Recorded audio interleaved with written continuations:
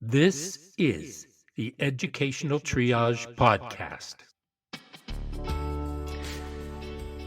This week, we are delighted to have Liz Keable back again for more insights on metacognition. Liz hails from the UK, where she began as a biologist with a focus on the brain before she moved to become a high school science teacher, where she always taught brain-friendly methods. She specialized in talented and gifted. She worked with adults and students as a tutor. She has provided bespoke courses and packets for students, volunteers, community leaders, for businesses. She's done it all, and she has the credentials to back her up because she's always getting more credentials, and she's always finding better ways to serve the needs of the community around her. There is so much that I cannot say because we don't have time for that. But if you check the show notes, it's all there along with contact information. So please join me in welcoming Liz Keable. And welcome, everyone. And today I am joined with Liz Keable. Hi, Liz. Hi, Tony. Liz is the master of metacognition development. And so we are thrilled to have her back today, and she's going to give us some better clarity on how to develop metacognition and what is actually going on inside the student's head while we're sitting there going blah, blah, blah, and handing them out these papers. So, Liz, if you'd like to take it away, how would you, first, could we talk about how you would define metacognition? Yeah, sure. Within education, it's come to be known as thinking about thinking, which to me doesn't really explain what you're doing. John Flavel was the chap who thought about needing something that was more than just what learning was, but he wanted to kind of describe how we're doing that learning. And he came up with the word metacognition based around the idea that cognition is all the skills that we need in order to learn. So picking up knowledge, being able to use it, understand it, and that's kind of all requires cognition. But if we put the word meta on the front, then meta kind of turns attention on the thinking itself then, because it means rising above or going beyond something. So we're rising above the cognition or the learning itself as a mind turning attention on itself. To think about how it's learning. So that's in relation to education. That's how it's come to be kind of understood within education. But more recently, scientific research has shown that it's related to the decision-making part of the brain. The scientists were looking at trying to find a piece of the brain that they thought would be where metacognition happens, and they couldn't find that. But what they did find was it's definitely related to the decision-making part of the brain, in the reasoning part, which is kind of in the frontal cortex here. So that turns it into an adult skill that we all need in order to stay on track for the life that we want. We are helped, if you like, through the metacognitive process to make decisions that are in our own best interests. And if you then relate that back to education, it then means it's a skill that is needed to analyse whether what we're thinking or the way that we're thinking will actually get the desired results.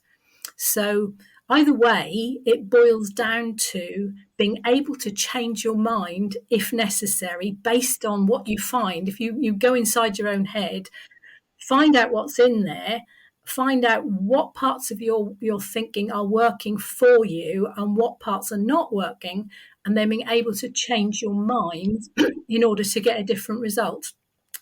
And I'm convinced that the large percentage of students are not yet thinking that way. The most able students are. That's how they get the results they're getting, because they're able to use metacognition and reason things out that way. But I would say that there are so many students who have not yet learned how to think that way, and that holds them back. What is the process by which a student learns how to achieve metacognition. So what is pre-metacognition and pseudo-metacognition all the way up to gainfully employing the process? Yeah, and that is the difficulty, is that all children seem to develop cognition quite naturally. We all have an ability to learn from birth onwards without any difficulty. So barring any serious health issues, all children learn a great deal before they ever start school. And that comes from their own experiences. So it depends on what opportunities they've been exposed to, what they learn, and therefore what they're holding inside their head. Because obviously, when they come into school, into formal education for the first time, what they have already got inside their head has a huge bearing on where they go from there, from an educational point of view. And what they carry inside their heads has been affected by a lot of other things. So is it all right with you if I explain why metacognition doesn't develop naturally for some children in the way that the way that cognition on its own does? I would love it. Is that okay? Yes. Yeah. It's because there's all these factors. That's the problem, is there's so many factors that impact on a child's mental development anyway. And it's a bit scary, but I am going to read a list of the factors that can impact. And this isn't necessarily fully comprehensive, but it includes physical disabilities, autistic spectrum disorders, language barriers, executive function disorders, the impact of trauma, specific learning difficulties, previous poor learning experiences, the disadvantage gap where they've had limited opportunities, a disrupted education, which applies to almost every child on the planet by now, a poor self-concept, and a reliance on technology. And that's a growing reliance on technology. And all of those things can cause a delay in normal cognitive development, but even more so on the development of metacognition. So if I give you one or two examples from that list, it's a very long list, and they will all impact on a student's ability to develop metacognition, because they all get in the way of development one way or another. We don't have time to discuss all of them, obviously, but just to pick one or two, one of them, for instance, is trauma.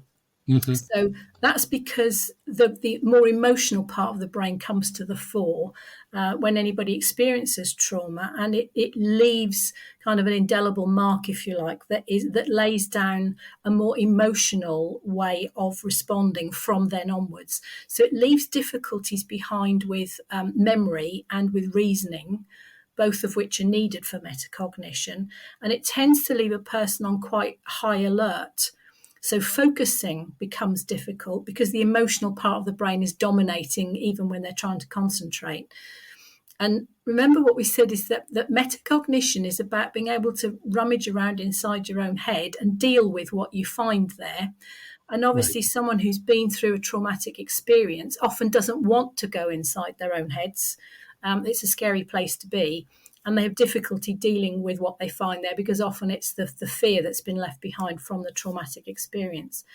So just in thinking about that, my role has been to help students who haven't developed metacognition for whatever reason. And what I found in this situation, I've helped several students who have experienced trauma, is that you can help them if you focus on helping them with their education. Now, sometimes they need some kind of therapy to help them with the trauma, but if you're someone who is focusing on them doing well within education, which is obviously where I come in, we need to separate the two. And so what I found works is to engage with them in an academic way, deal with facts, leave all the emotion out of it. And they get to the point where they start feeling safe about discussing the brain. With other students, I talk about their brain, but I don't do that with students who've experienced trauma.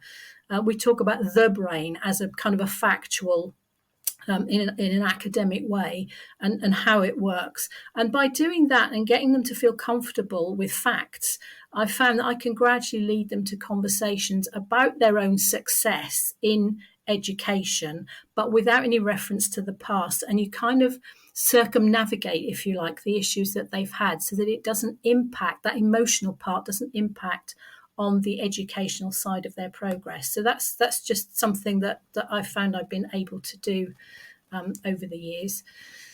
One of the other things, sorry, go on. Oh, I really like the fact that you talk about safety with trauma, because we just finished with Jennifer Achari from Queensland University of Technology, and she discussed trauma for the last 3 episodes. And safety is number one. That's paramount, Exactly. And so once you have that, and then my other question is, and it keeps rumbling around, is Peter Gray. He talks about the fact that students need to be able to explore things on their own. Is that something that might actually help with them? You know, what's something you want to look at and then have them do the exploration on their own, and then they can get into it, and that kind of gets them going? Is that another process that they might look at? It is. And that's actually closely related to what I was going to say next about the use of technology. So I'll bring that in at this point, is that although technology obviously has its place and it is supportive at times for some students, an excessive use of it while young has a negative impact on the development of metacognition. And that's because decisions that we make, even as young children, the decisions that we make are guided by a database that has built up in the subconscious mind. And that database is created from personal experience, the way that we interact with our environment from babies onwards. And obviously in school, as you were saying, that interacting with learning needs to create a personal experience. And a lot of teaching doesn't do that. So anything that involves a child in being totally involved in and having a personal experience in relation to the learning is definitely going to help, because their stronger memory traces are formed from anything where we are completely involved as an individual within the experience itself. And a digital environment has its place, obviously, but it reduces interactions with the real world. So if you think about how children learn to crawl and then walk and talk, the reason they do that is based on the curiosity that they have to be able to reach things, get to places, find stuff out, touch things. So that whole curiosity leads to experiences that they have. It's why they start moving around. And so not using that inbuilt curiosity and that inbuilt desire to find out is actually quite detrimental. I remember reading, I can't remember the details, I'm afraid, but I remember reading once a bit of research where they were comparing a group of children in Africa who were around 7 years old and a similar group in, I don't remember whether it was the US or Europe, but a combination of two completely different cultures.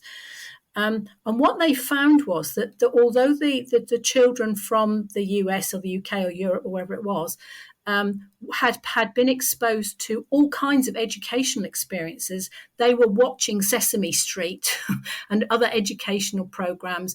They were going to playgroup. They were going to education experiences that were preschool experiences. And yet they found that the 7-year-old children in Africa who had done nothing but play for 7 years were considered more intelligent, more able to think for themselves, and were able to solve problems in a way that the other children were not, despite all that educational input, if you like. So that life experience is really important. Right. And I think Peter Gray talks about that and says that play is evolutionary learning. Yeah. And so it develops exactly right. because it teaches you the social mores and norms. It teaches you about survival. It teaches you about interacting in the world, and which has far more impact than sitting down in front of the television. Yeah. And that is creating the database on which we base decisions for the rest of our lives. So you can imagine the limited database that's going to come from a child who has been sat in front of a computer screen for some time. And then the other thing that makes a difference is, and that is part of the problem, is the education system itself, because it's set up for students to be passive learners. And if you think about the fact that there are, not all children, but obviously you've got a large proportion of students who don't really want to be there. They're there against their will because they have to be. And then when they get there, we tell them to sit still, be quiet, listen to me, get on with your work. I mean, they're rarely asked to think for themselves, and they get told what to do, what to think, how to do it, how to think it. So metacognition isn't really given a chance to develop at all, and in fact is quite stifled by that kind of atmosphere. So it's not only what a child brings with them into school from previous experiences, whether they are developing metacognition or not. It depends on how they're taught when they get there. And the majority of schools are still teaching in that very old-fashioned way, where the students are not expected to think for themselves, and therefore metacognition doesn't develop. So are you saying then, let me rumble this around in my brain, that we program students how to think on our terms and don't allow that to happen naturally, so they aren't able to develop the metacognitive skills that are necessary for them to move on in life and be really productive? We don't teach them how to think. What we teach them is how to memorize things, because they will be assessed. They will be exams that they have to try and pass. And so we spend our time helping them to learn the things that we dictate what they need to know in order to pass exams that we set for them to check that they have learnt what we expect them to know. And that does away completely with that natural instinctive curiosity that we were talking about earlier on. That's the way natural learning takes place, is a child becomes fascinated by something and engages with it in order to learn from it. That's a natural process. Whereas if we say, no, you mustn't be doing that, we drag them away from what they're interested in, what they want to do, and what they're actually learning from, in order to teach them a load of facts that they may or may not need, which is a completely different concept altogether. So are you saying then that the multiple choice test, for example, or the fill in the blank test, that they should go out the window and we should instead ask the child, what is it that you understood about what we just did? Yeah, or we need a lot more of that. Yeah. Yeah. Okay. Well, the idea of the kind of the gapping exercises that you were saying are fine when you're helping a student to learn and they need some kind of scaffolding. But when it comes to actually testing what they know, my suggestion for that would be to say to a group of children, what do you know about, and then throw it at them as a pebble and see what happens. And just find out what they know, what they remember. And then you can throw in an extra bit that is something like, well, what if I told you? And then just give them another fact and throw it in and see how that impacts on their thinking. For me, in school, for children to develop metacognition, they really need to hear everybody's thinking out loud. Because it is about thinking. It goes way beyond thinking about thinking, which is an academic activity. It's about understanding what's going on inside your own head. But unless you've seen that modelled, some children are never going to understand what that actually means. So if they have seen it in action, if they have seen conversations out loud and see how other people are thinking, and the teacher can manage that, then the teacher knows what people are thinking. And students who are not used to doing it will model themselves on what they see other students doing. And then you can all think together and learn together collaboratively. And that's a far more effective way and takes all the students together. It doesn't mean that the able ones kind of go shooting off on their own and you leave the students that struggle behind. The teacher's able to hold it all together and challenge more the able students, but also make sure that the struggling students can keep up because they're part of that collaborative whole. So you do some sort of jigsaw structure with cooperative learning, maybe, Yeah. And then, Yeah. but you have to have a very safe environment, I would think, in order for Yes. the students who don't know a thing about what you're talking about or have never heard it, and they don't want to look stupid. Yeah. So they're unwilling to participate for that very reason. Yeah. And so how do Exactly. you get through that so that they are able to successfully understand and start opening up so that their little vessels can be Yeah. filled a little more? Yeah, you need to set it up that way. That from the beginning, a teacher has to set the ethos in their own classroom. And when I was teaching, I always had other teachers say to me, how come you can get this particular child or this particular group of children to answer up in your class? How come they join in your lessons and they won't join in my lessons? But it was the way that I set it up. It was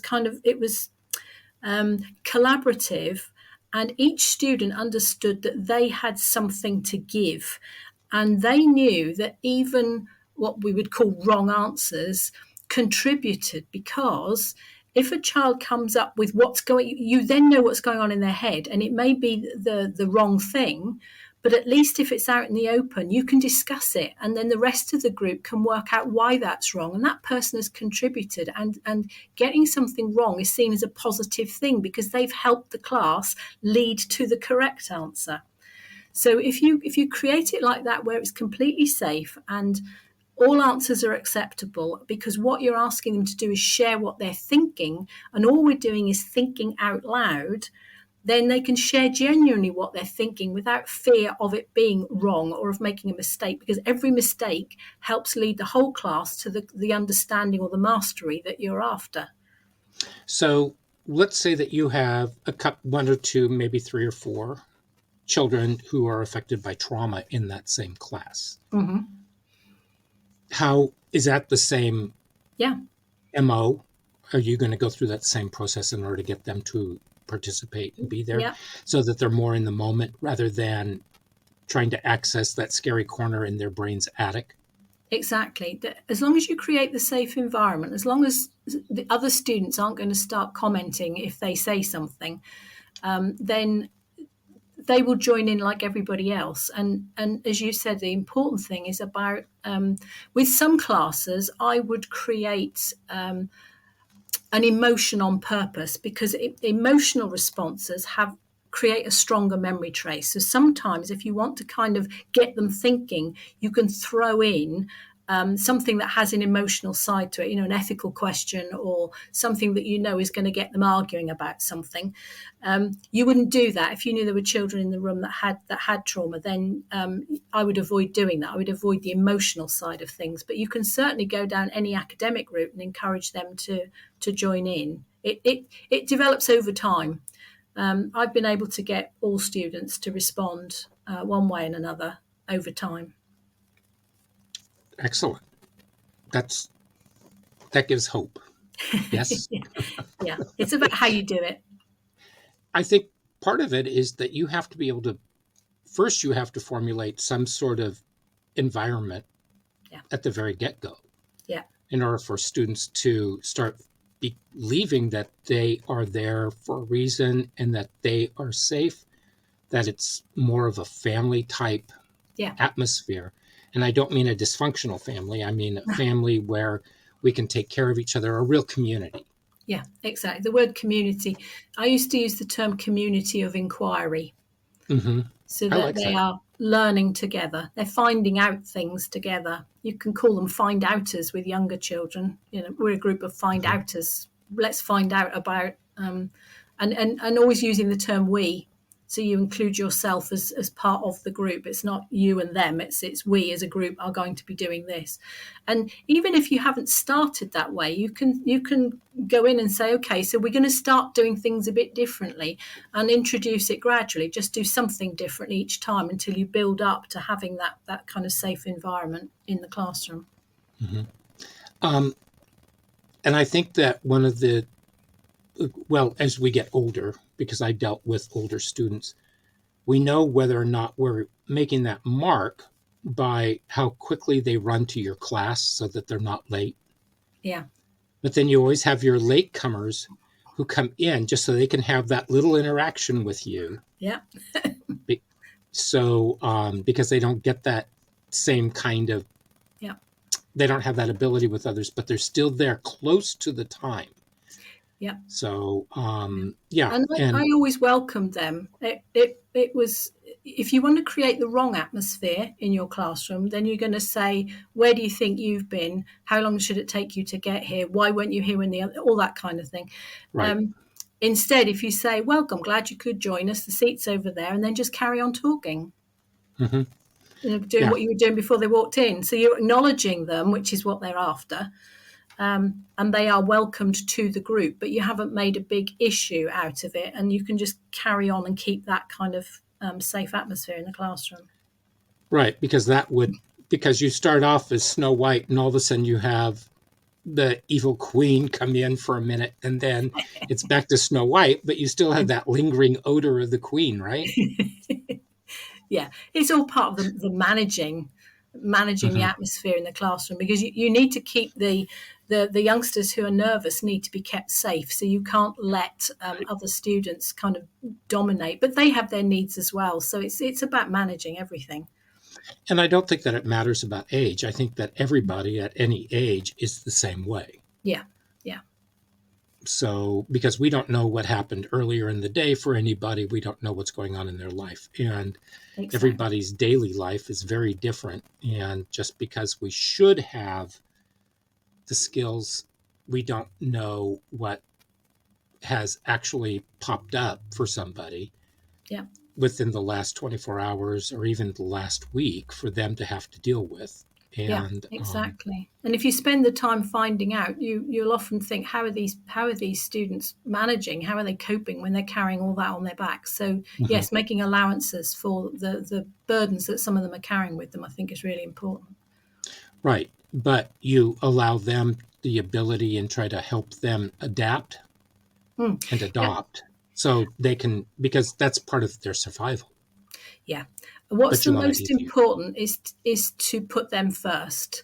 It's so many teachers are looking at what they're doing in a classroom from their own perspective. This is the curriculum. This is what I have to teach. This is the amount of time I've got in which to teach it. Here's my lesson plan, without any reference to the student. Whereas if we think about what impact is this going to have on the student? How are the students feeling today? When I carry out this activity, what are they going to be doing? How is this going to impact on them? And if you put them and what's going on inside their heads first before your own thoughts and your own comfort and your own way of doing things, you're going to get a lot further and have them respond much more readily to what you're doing with them. And it's much easier for the teacher to be the adapting one. Yeah. With what they're doing. And if you're an adept teacher, then you know that you can turn on a dime, as it were. I don't know what's the term in England. I'm not sure we have an equivalent, but I understand what you mean. Oh, okay. You pivot. You can do a sudden pivot. Yeah. And you can look at the students and you can say, okay, for some reason or other, I don't think what I had planned is going to work, but we're going to do it a different way today. Yeah. So let's see how this works out, and then we'll work through it. And so they become part of the conversation. They become part of the process, and then they will work with you because you're all doing the same task together. Is that?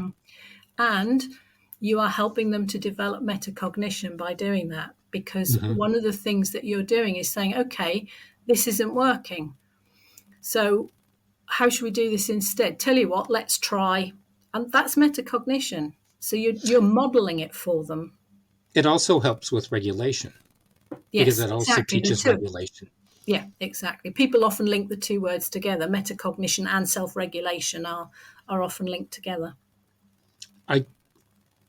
That's interesting, because I would never put the two of them together.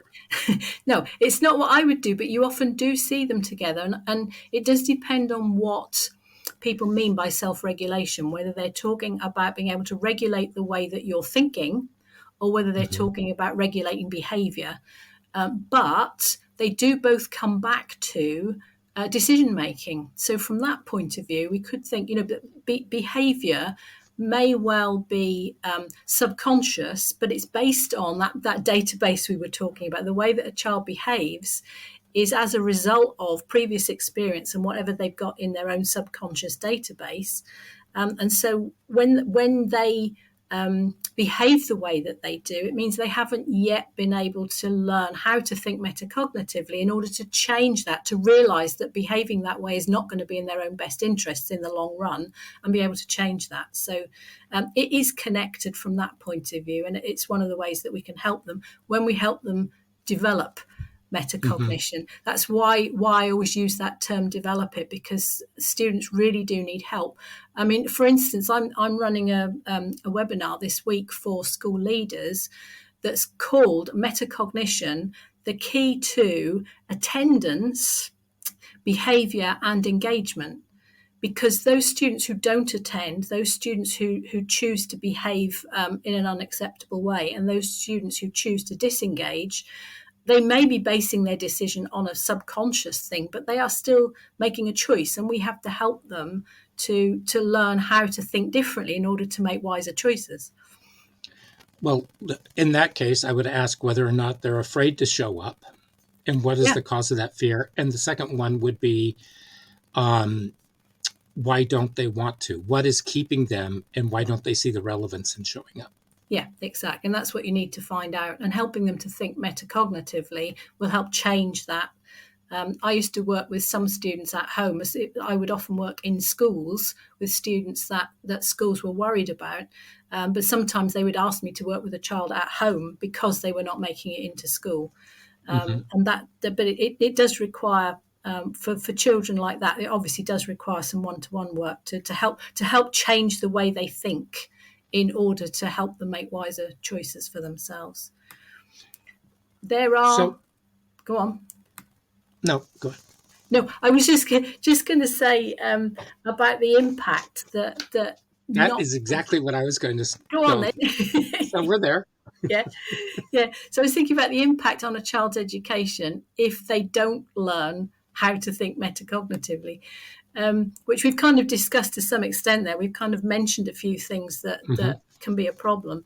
For me, one of the really important things is that metacognition really needs 3 prerequisites, which is why I focus on developing metacognition rather than introducing metacognition into schools, which is what some schools do. Because before any student can think metacognitively, they have to have a positive self-concept. They have to have the ability they have to believe that they can achieve things, that by changing their mind, they can make a difference. So they have to have that positive self-concept. They have to understand how learning happens, because you can't change the way that you are thinking about learning or the way that you are learning if you don't understand how that's taking place in the first place. So in order to change it, you have to understand the process, which most students don't. And that is, I'll refer to it at this point, that kind of learning process for me involves challenge. In other words, something new, something different. If it wasn't new and different, you wouldn't learn from it. So it's something new, something different that feels challenging and uncomfortable because it's new. And yet we get children and students who will physically or mentally run away from a challenge. Then the next stage is experimenting with that, thinking, oh, this is interesting, and kind of engaging with it, experimenting with it, making all the mistakes so that you're feeding back to the brain the whole time about what is and isn't working. And then when you've worked it out and you know what either the correct way of doing something is or what the correct answer is to something, you can then practice. And yet we've got children who are afraid to experiment with things. They're afraid to make mistakes. And they think that if they can't get it right first time, they might as well give up because they're not going to get it right. With this kind of, the concept of practice seems to have gone out the window when it comes to something academic. So that's kind of the learning process that we've got children not really appreciating. And then the other thing, the last prerequisite for thinking metacognitively is that they have to understand that they have a role to play because they've had this kind of passive role. They need to appreciate that they have to do something, that they have to be active in that process if it's going to work. And for me, one of the issues is that a lot of students are missing at least one of these, either the positive self-concept or the understanding of how learning happens, or their appreciation of their own role in that process. Most people, I would say, are missing at least one, and some students are missing all three. So thinking for yourself is discouraged in some educational settings. Teachers tend to think, and I'm not blaming the teachers for this, it's the system, that you've got to get through the curriculum, that there's no time for that kind of individuality. And if a child gets stuck, they have to ask the teacher. They don't know how to go about sorting it out for themselves. So you get these students that have stopped working. They've put their hand up and are waiting and are kind of wasting a lot of the lesson with their hand up, because they no sooner get started again after they've had the help, they need to put the hand up again. So you've got this, as you were saying, you've got this growing number of non-attenders because they are fearful of what happens when they get there. They feel such a lack of achievement that those that do go in are often behaving. Post-pandemic, there's an increase in poor behaviour, and there's an increase in a lack of engagement. I've had teachers tell me that even students who were engaging pre-COVID are now not engaging in the way that they did once before. They've almost kind of given up. So if you don't have a sense of achievement from what you're doing, you're going to get disheartened. So, and what's happening is that students are not learning in a way that is memorable for the brain. So they're not remembering things. The way that we teach them is not conducive to remembering. So they then do poorly in assessments or exams. So if they didn't feel bad about themselves before they started, they often do when they're finished. And so we've got students leaving school who don't have the ability to think for themselves. They don't have the ability to make wise choices that are in their own best interests, because they have never been taught how to think for themselves, how to think metacognitively. And as we said, that what a child carries with them inside their head is the most impactful aspect of any learning situation. So we really need to question what's going on inside students' heads, and that's something that a lot of schools don't bother to find out. Or a lot of the teachers. Yeah. And I'm going to put the onus on a lot of the teachers too. Okay, yeah, you can do that. So because I believe that a lot of teachers are told that they need to do X, Y, and Z, and so they are under the impression that they have to teach to a test, because we deal with assessments. And the assessments will happen naturally if we allow the students to learn, not engaging them in this rote memorization kind of black and white manner, which is, I feel stupid because I don't know the answer to that, and I have to give you the right answer. I'm not allowed to say, this is what I think and this is where I'm going with it. Am I on the right track? They don't get that. They're told yes, no. It's sort of mathematical, where no, you did the process wrong. That's why you got this wrong. Well, explain to me, how do I do this? So do you believe, along with that, do you believe that when we went into lockdown and everything went online, everybody just kind of chucked whatever they could into the online teaching, and there was no real way for them to sit down with the students and actually work with them, that they needed to have that right or wrong, that they didn't, that there was not, they lost the community in a way, because there were so many distractions with other technology that was happening. And there were other things that were going on in the home. They were dealing with crises, families splitting up, all kinds of developments that happened. Do you think that that's what added to it? And so the students were kind of put into a hole, and they just don't see why they need to climb out in order to do that, because the teaching hasn't really changed in order to accommodate that. Yeah. I don't think they know how to climb out, to be honest. I think one of the issues with all the learning they were doing at home was that the moment they hit a snag, like I was saying earlier on, that you get so many students who are putting their hand up because they don't get it, or they stay very quiet. You get the two different types, and you get the ones that just stay quiet and stay under the radar because they don't get it, and others whose hand is constantly up because they want to be told the next step, as it were. And the problem was at home was that the students were getting stuck on bits of work that they were doing, and the parents didn't know how to help them because they didn't know the curriculum. And so students had this constant kind of feeling defeated about what it was they were trying to achieve, because every time they tried to do something, they hit a snag, they hit something they didn't understand, and there was no one to ask, there was no one to get the help from. And one of the things that's really important about learning is that you have to be able to link information together inside your head. So this is why the rote learning, although things like times tables and so on, a bit of rote learning doesn't go amiss, right. But the idea of remembering facts to write in exams doesn't allow for the questions that rely on you understanding those facts without naming them so that you can link them together. They'll ask a question where you need this fact and this fact, but they don't actually use the words that you're used to. They link the ideas together in another question, and suddenly the student can't answer it because they don't recognize it as information that they do know about. They just haven't learnt to link them together inside their head. So normal traditional teaching doesn't make for these linkages that help make for a more memorable learning and real learning that stays put. But then also you add to that the 2 years that students had in and out of school at home, where they weren't getting any interaction really with it's that kind of the expert. They didn't have access to the expert to ask questions of, as it were.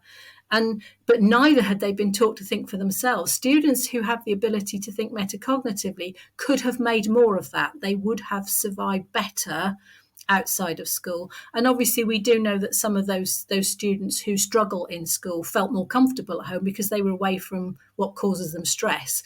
But it doesn't necessarily mean that they learned a lot, although I believe some did. I think there were some children who, relieved of the stress of being in school, were able to learn more effectively at home. But again, you don't know how effective that actual learning was, because learning is really only learning if it sticks. Because we do have those deficiencies in both math and reading. Mm-hmm. Part of my thought was that when the students came back, you start back at the very beginning, and then you scaffold and do like a review just to make sure where the gaps actually are. Yeah. Fill in those gaps, and then you can move forward. You may lose a quarter, but you may be able to spring forward and start moving through other materials much faster with more success for all the students. Yeah. I think the problem was the amount of time that some students were out made that kind of going back and filling in the gaps too big a task, because some had missed 2 whole years. It depends which country you're in, but some had missed 2 whole years of teaching effectively. And, some had kind of missed starting high school, for instance. In the UK, we've got students who are 11 years old go from a primary school to a high school, and some of them had kind of missed out on the introduction to that and were suddenly 2 years behind, as it were, which is, I don't like to use that term behind, because it's the curriculum that dictates that. And again, we're not kind of totally happy with the idea of that big curriculum that doesn't allow students to think for themselves. Do you think it would be in the students' best interest if, as they progress through skills, that we just kind of move them up skill-wise rather than promote them by grade or by year? And so different students may be further ahead in one area, but they're going to be behind in another. So, you don't have this link where Johnny got left behind and he's still in second year and everybody else is in third. And there were different reasons for that, but it's not that he doesn't have the skills. Maybe it was because he just wasn't ready to move up with that class or whatever. But if the kids have the skills, then they can be promoted. But if they're lacking in those skills, and that way we don't have this huge deficit. So we know where the kids are. Yeah. I don't know. Yeah, it's a really difficult one because it doesn't happen so much in the UK because each year they move up to the next class. Whether Right. they have achieved a certain level or not, they just keep moving up each year as a group. Right, social promotion. Very occasionally, due to kind of fairly dire circumstances, a child will be kept back a year, but it doesn't happen very often. But it is difficult because there's talk all the time of personalised learning. In other words, allowing a student to go at their own pace, but the reality is that doesn't happen.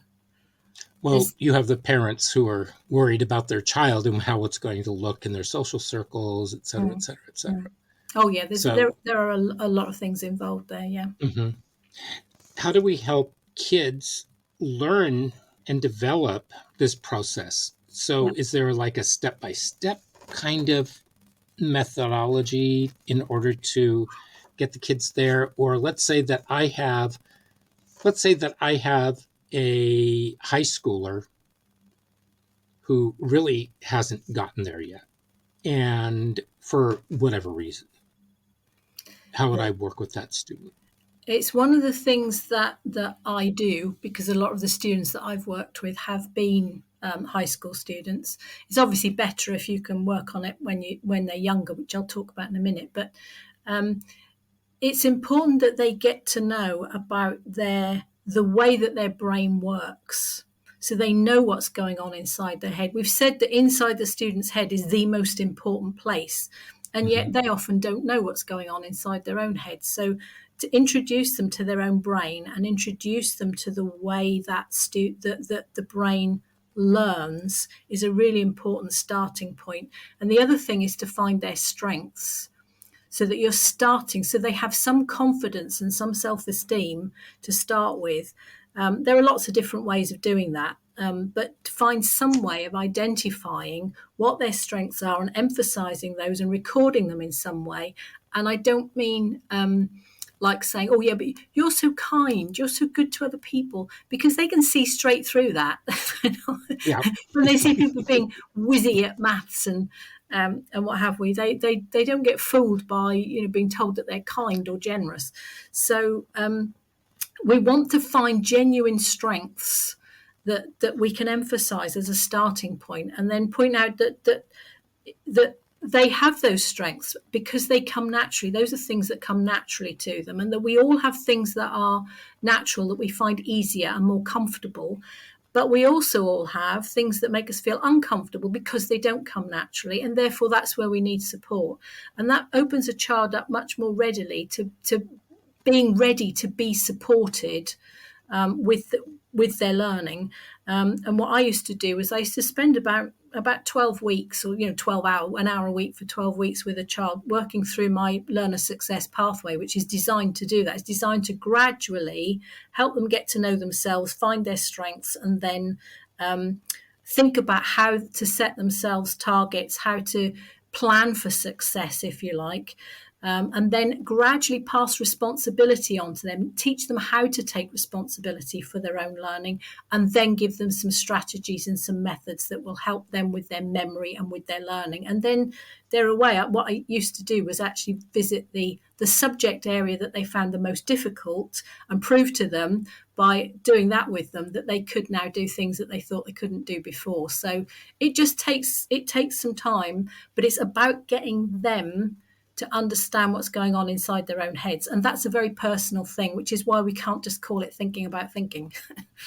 Right. No, I can think of a ton of students, and it's usually math. Yeah. Or science. And they say, I can't do math. And it's like, because you haven't figured it out yet. Yeah. Don't say you cannot. Yeah. You just say, I'm not quite there yet. I'm still trying to figure it out. So let's sit down and you explain to me, and we go through each thing, and then all of a sudden their confidence begins to build. Yeah. And they're able to start functioning. And I had one student who looked at me at one point and he said, "You know what I discovered?" And I said, "What's that?" He said, "I wasn't doing my homework, and then it's so much easier if you do the homework." I said, "What do you mean?" He said, "Then you don't have to hide. Yeah. You understand what they're talking about." Yeah. And pretty soon he was in a higher level math. Yeah. And I said, "How did you get in there?" And he said, "Because I figured it out and now I love it." And I said, "But you hated math." And he said, "That's because I didn't understand it, but now I do." Yeah, exactly. Once they get a taste of success, they're away. Mm-hmm. And you'll see them get excited about all kinds of things. But a lot of it is to do with being able to think metacognitively. And to figure out how to get the resources in order to help them. Yeah, exactly. So, but there's a lot that we can do. If we you kind of specifically mentioned older ones, which was the group that I worked with. Mm-hmm. I worked mostly 11 to 16, although I did work with some that were a bit younger and some that were a bit older. But even as parents, one of the things that we can do is let them play. Don't always kind of guide everything that they do. Leave them to play. Let them find out things for themselves. Let them experience as much of the world as possible safely, keeping an eye on them, obviously. But don't use a screen to keep them quiet, was an obvious one, because that will impair their ability to learn effectively in school. But some of the other things that seem very simple, and yet they are massive when it comes to helping a child develop a positive self-concept, which we said is a starting point for metacognition. And that's about always talking about them and to them in a positive way, not using any derogatory language around them, because we want them to believe in themselves. So we have to show that we believe in them. And we not only need to believe in them, but we need to believe in ourselves as well, because they will copy us. So we need to model a positive view of ourselves so that they model or copy a positive view of themselves. That it's the normal to think positively about yourself. And the other thing that we need to do, just an example of that went through my head as I was talking, is like you get so many parents, I've done it myself, where you say, "Oh, I was rubbish at maths at school," where you're trying to empathise, you're trying to make them feel better about the fact you were rubbish. But you're putting the idea of rubbish inside their head. So we don't want to do that. We have to try and find a way of remaining positive about ourselves and our abilities, model that for them, help them believe in themselves. But we also need to have a positive view of school, because a lot of parents with students who are not doing so well are concerned or even angry about what the school is not doing for their child. And can be quite derogatory about the school. And that doesn't help, because your child has to go to that school every day. That's where their life is. So always present a positive view of school, whatever you're thinking of it, make it a safe place for your child to be by having or demonstrating a positive view of school. And you can also watch out for any negative self-talk on the part of your child, because particularly if you encourage them to talk about their experiences while they're talking, you'll hear things like, "I can't do this," or "I can't do that," or "I'm rubbish at this," and so on. And you can hear the negativity. So then you've got the chance to start correcting that. And also don't accept any limitations. They may have limitations. There may be, we made that whole list of barriers earlier on. Mm-hmm. There is so much that could get in the way of a child's learning. Whereas if we don't let that be a limitation, so we could say, yes, that's an issue for you, but let's work out how we can get around that, so that they don't see it as something that's holding them back. They don't use it as an excuse. Well, I can't do this because there should never be a reason why they are unable to do something, because there's always a way if we help them work that out. You brought up something really interesting. Yeah. Not explicitly. Yeah. But it makes me think, how impactful is how a child or a parent deal with failure? Yeah. How impactful is that on the development of metacognition? Yeah, very much so. And it was actually the point I was going to make next, so you're one step ahead of me. Oh. Yeah. But we have to help them appreciate what the learning process looks like. Remember, we've just talked about kind of improving their self-concept, but we also need to help them understand what the learning process is. And that is, if you remember, challenge, being prepared to face challenge. So we shouldn't run away from challenge. We should go, oh, this is a bit tricky. How are we going to deal with this? Rather than kind of showing some kind of fear or ignoring something because it feels a bit too challenging. So they see us facing challenge and standing up to it and sitting with the discomfort that challenge brings because it's new and different. But then also the idea of mistakes. We need children to see us make mistakes and work our way through it and acknowledge that we've made mistakes. And I don't mean necessarily these kind of big emotional mistakes within families, but just simple things. Don't be afraid to say, oh, I got that wrong. And then talk out loud about how you're putting it right, because you've discovered that you've discovered a new piece of information that's made a difference, that's helping lead you to kind of in a different direction. And the same with practice. We want children to feel that they're not going to get things right first time. So we need to say that, oh, I tried that, not going to get it right first time, but let's have a go. Let's keep going. I'm going to have another go, and I'm going to have another go. So they get the idea that things come to us through practice. And but we also need, we also need to teach them, though, I'm sorry to interrupt. That's right. Don't we also need to teach them, though, that there is a point where we need to just say, you know what, I'm going to shove that off. I'm going to go do something else and come back to this later. Yeah. Because otherwise they will sit there and they will just bang their head on the table and they will go absolutely nowhere. And that just feeds into the negative aspects of doing whatever it is that they're doing. And this is one of the reasons, I didn't go into details earlier on, but one of the reasons why I always start with explaining their brains to them. Because actually there's a part of your brain that's highly involved in learning called the hippocampus. Mm-hmm. And what that does is kind of help you throw ideas around in your head. And when you stop, if something gets too much and you stop, your hippocampus keeps working on it. It keeps engaging with other parts of your brain to try and make sense of it, even though you are not thinking about it. It's an unconscious thing. So actually giving your brain a break from something that is feeling too stressful, because you've reached a point where you, as you say, you're starting to bang your head against the wall about it. The right thing to do is to take a break and allow your brain to carry on working on it without you being aware of it. And it won't feel as challenging when you come back to it. So again, that's about the students becoming familiar with the way the brain actually works. Go on. There is research that also says that in the middle of a class, after about 20 minutes of work, you should take a 5-minute brain break for the students and just teach them how to do that. And that way they regulate their learning and they understand that they don't need to be highly intensive about whatever it is that they're doing. Yeah. I was doing that in my classes 20 years ago, Tony. Brain breaks were built into my classes even then. A pioneer. Yes. I've it's been like pushing through treacle a lot of the time. I felt like a lone voice much of the time, but there's far more evidence nowadays, which makes it a bit easier anyway.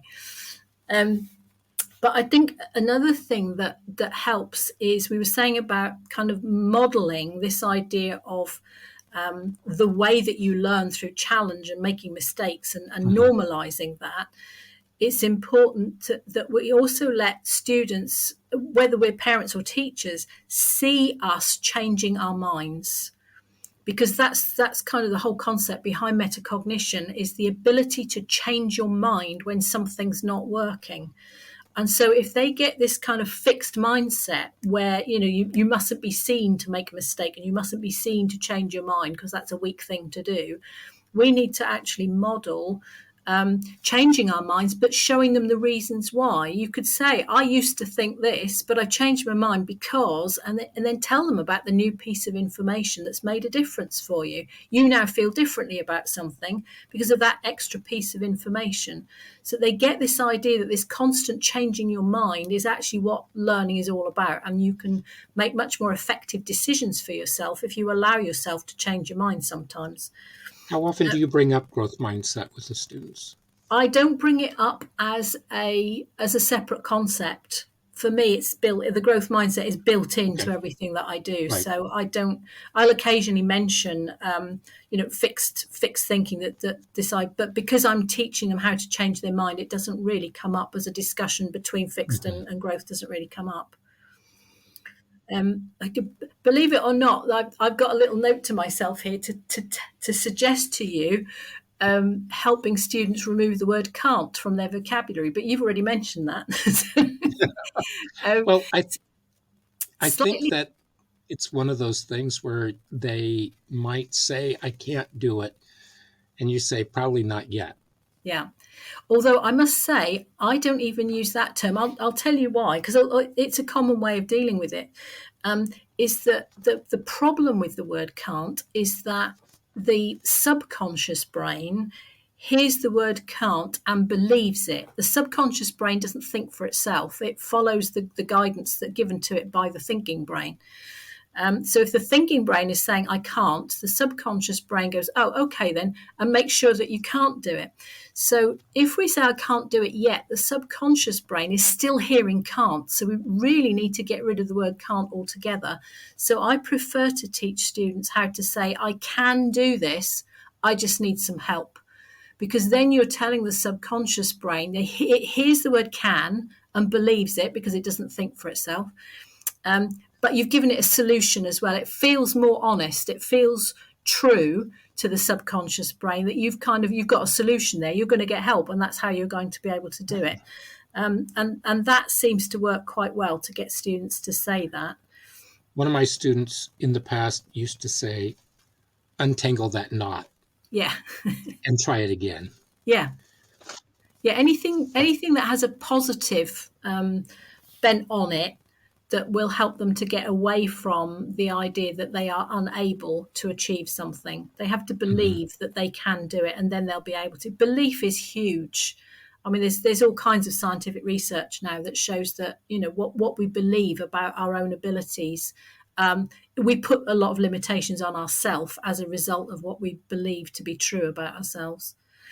I think the other thing that's really important is what we praise students for. Well, this is kind of parents and teachers kind of mixed in together, is that we need to praise, thinking again about that kind of fixed and growth mindset, we need to praise effort and persistence, not what they produce. I've seen teachers like praising students for handing in neat work, for handing in work, for it being neat, for work that's been completed. And yet that work could easily be questions that they've answered from a book. They found the answers in a book. They've not learned anything. And so if we start praising the non-learning side of education, and then students then see that their purpose and what they're trying to achieve is neat work, finished work, work that's correct according to the textbook, etc. And so they don't appreciate that untangling the knot that you just mentioned, the fact that there's going to be effort involved and persistence. And so you get teachers who see a piece of untidy work where the student has got lots of crossing out, whereas in fact they're thinking metacognitively. They're trying things out, they're experimenting with it, and when something doesn't work, they're changing their minds. And so that's what should be praised. Oh, I can see you've been working really hard on this. I can see that you've been thinking this through and changing your mind as you've gone along. That's brilliant. And yet that's not what teachers tend to praise. So we need to think very carefully about how we make students feel and where we put the emphasis on what it is we want them to achieve.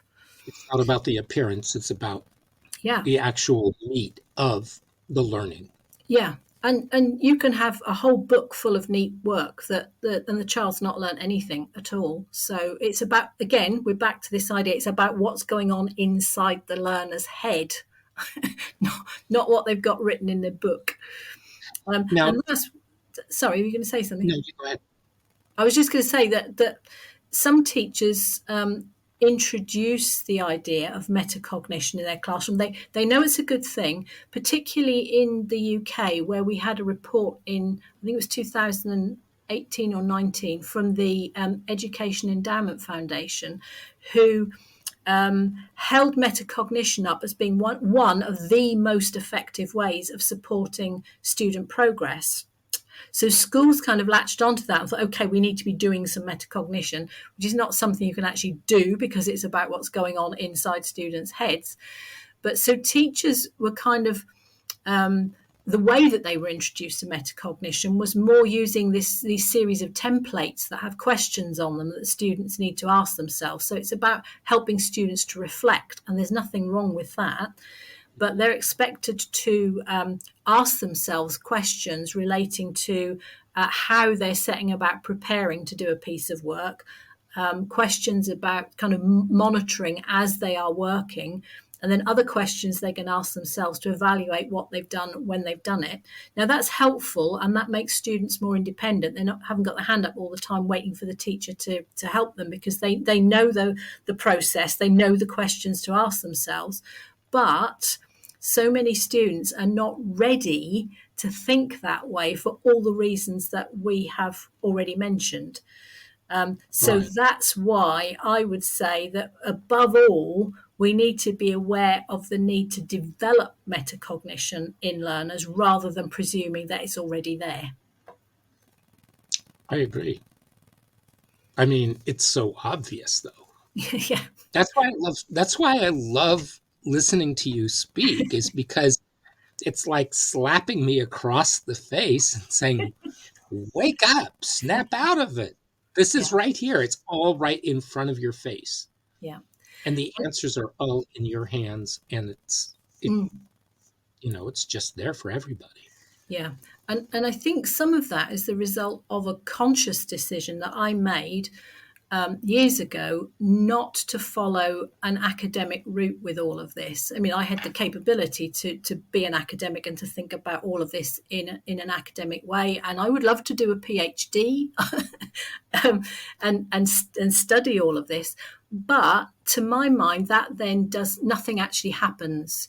If you've got everybody doing the research and you've got everybody kind of reading articles and papers going, oh, this is great stuff, and nobody does anything with it, there's no point. So I decided to come down on the side of the students. I always advocate on the part of the students. So I work with parents, school leaders, teachers, and support staff who are the adults that surround any learner, and try and help them know how to develop metacognition in learners from their own perspective, and doing it all without using all the neuroscientific jargon or all the other jargon that I could use.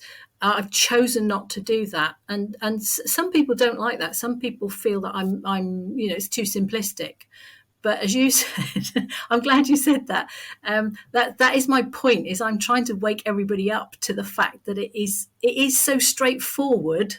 Metacognition is not something complicated if you just go about doing something with it instead of talking about it. And have you ever written any published books? I want the time to write a book. I do have a book in mind, but I'm on LinkedIn, and I do write a newsletter every week on LinkedIn. We're up to this week will be episode 34, where I write articles about metacognition. So if people are on LinkedIn, please look me up, Liz Keable, as in Keable, and you'll find me on there. And as I say, there's all those newsletters that can be read. I've got a few bits and pieces on my website, some articles that I wrote before I started using the word metacognition, because I was avoiding it. What I was doing was based around it, but it wasn't a word that people were particularly familiar with, and I didn't want to bog them down with it. But because it's become a bit of a byword in education, I decided I ought to start using it. So there's lots of articles on the website that I wrote before I started using that word. So although there's other information about metacognition on the website. So that is lizkeable.com, again, Keable, Keable. And what people could do as well, if they want to, is there's a free download, the A to Z of supporting learner achievement, which again was written before I started using the word metacognition freely. But it's based on a whole series of LinkedIn posts that I did a year or two back. And I wrote this booklet. It's kind of, I think it's about 80 pages booklet about supporting learner achievement, which is free to download from the website. And when you do that, then it means that your email address will go into the database. And then from then on, you'll get information about what I'm doing, when I'm running it, what help there is out there. So I'm out there doing it. I just haven't got around to writing the book yet. You could just compile everything and put it all together. Exactly. That's the general idea. Yeah. I'm waiting to retire, and then I might have the time. No, I am so grateful to you because we've learned so much.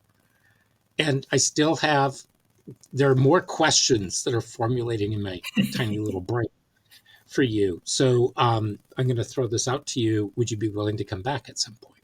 Yeah, I'm happy to do that. If we haven't exhausted the topic. I don't think we have. So thank you so much, Liz.